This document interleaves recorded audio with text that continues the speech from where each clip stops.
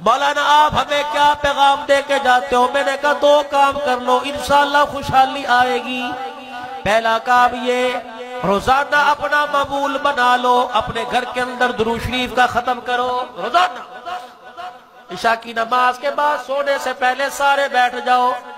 غالباً مولانا مناظر حسن گیلانی رحمت اللہ علیہ کاندلے سے دہلی کا سفر کر رہے ہیں، راستے میں عصر کی نماز کا وقت ہو گیا، سواری سے اترے۔ ایک گاؤں ایک بستی کے اندر کوئی موٹروں کا زمانہ نہیں تھا، کنویں ہوا کرتے تھے، ہینڈ پمپ نہیں تھے۔ مولانا فرماتے ہیں میں ایک بستی میں اترا عصر کی نماز کے لیے، میں وضو کرنے کے لیے آگے بڑھا، ایک کنویں پہ مجھے پانی تو ملا، رسی ڈول مجھے کوئی نہ ملا۔ میں بڑا پریشان ہوا، چھوٹی چھوٹی بچیاں گڑیوں پٹولوں سے گلی میں کھیل رہی تھی۔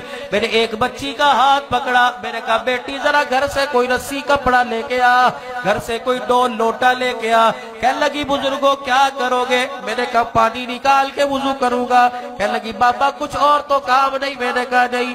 مولانا فرماتے بچی نے میری انگلی پکڑی، کنویں کے قریب لے گئی اور اندر جہاں کے بسم اللہ پڑھ کے کنویں میں تھوک دیا، اس کا تھوک تہ میں جا کے لگا، پانی ٹھاٹھے مارتا کناروں تک آ گیا۔ مولا فرماتے میں نے وضو کیا، نماز پڑھی، میرے بچیوں کو دیکھا، پھر بچیوں میں کھیل رہی ہے۔ میں نے کہا بیٹی ادھر آ کے بابا ہن کی کام ہے؟ میں نے کہا راز تو بتا کے جا جو تُو نے تھوکا، اس کا راز کیا ہے؟ کہنے لگی بابا اب بھی مارے گی۔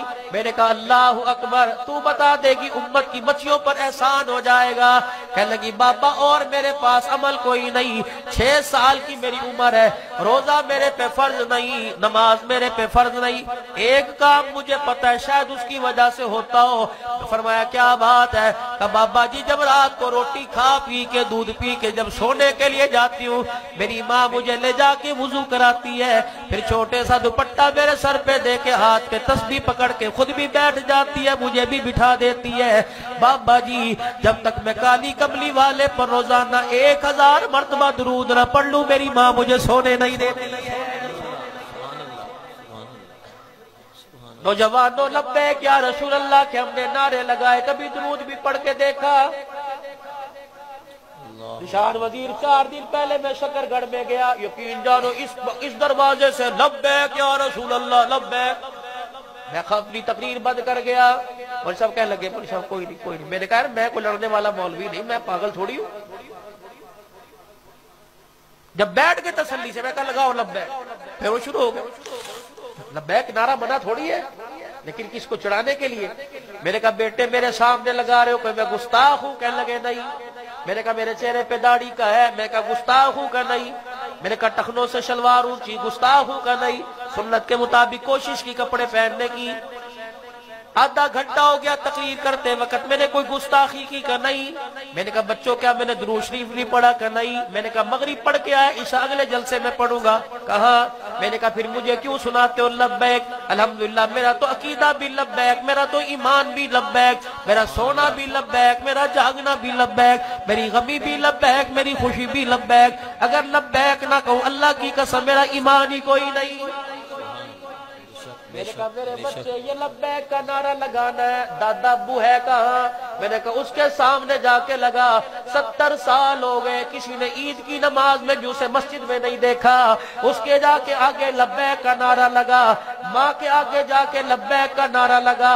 30 سال ہو گئے تیرے باپ کے نکاح میں آئی، اللہ اکبر، گرم گرم پروٹھے تو پکا کے کھلائے، باورچی خانے میں دیکھا، تو نے اسے مسلح پہ دیکھا کہنا نہیں؟ میں نے کہا لبیک کا نعرہ اس کے آگے جا کے لگا، اس بیوی کے آگے جا کے لگا جو سارا دن بغیر غسل کے غسل جنابت کی حالت میں گھر کے اندر پھرتی رہتی ہے۔ لبیک کا نعرہ اس کے آگے جا کے لگا جو راتوں کو موگے توڑ توڑ کے پانی چوری کرتا ہے۔ لبیک کا نعرہ اس کے آگے جا کے لگا جب دکان کے اوپر بیٹھ کے یوں کر کے سودا تولتا ہے، جھٹکا مار کے سودا دے دیتا ہے۔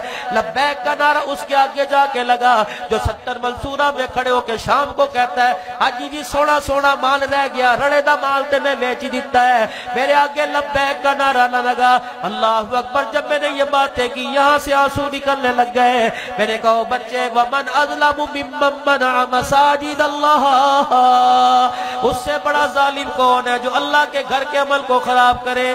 بات سمجھ آئی؟ کہنے لگے ہاں۔ میں نے کہا یہ مسجد زیر تعمیر جائے 2000 روپیہ چندہ، پتہ نہیں ان 20-25 لڑکوں نے 26,000 دیا یا 25,000 روپیہ دیا۔ اگر مولوی شفقت محمود صاحب میں کہہ دیتا، اتنی سی بات کرتا، میرا بھی سر نہ بچتا، ان کے بھی نہ بچتے، لیکن میرے عزیزوں میں نے تو اس نبی کی بات بتلائی، سلام اس پر کے اسرار محبت جس نے سکھلائے، سلام اس پر کے جس نے زخم کھا کر پھول برسائے۔ تھوڑی سی چنگاری میں پیدا کرتا، لڑ مرتے آپس کے اندر، کیا پتا میری بات کہاں جا کر اثر کر گئی ہو۔ اللہ غنی۔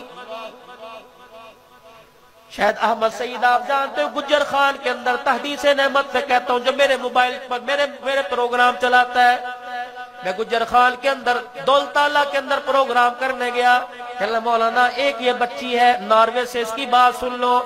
میں نے کہا کہنے لگی السلام علیکم ابو جی۔ میں نے کہا جی میری بیٹی۔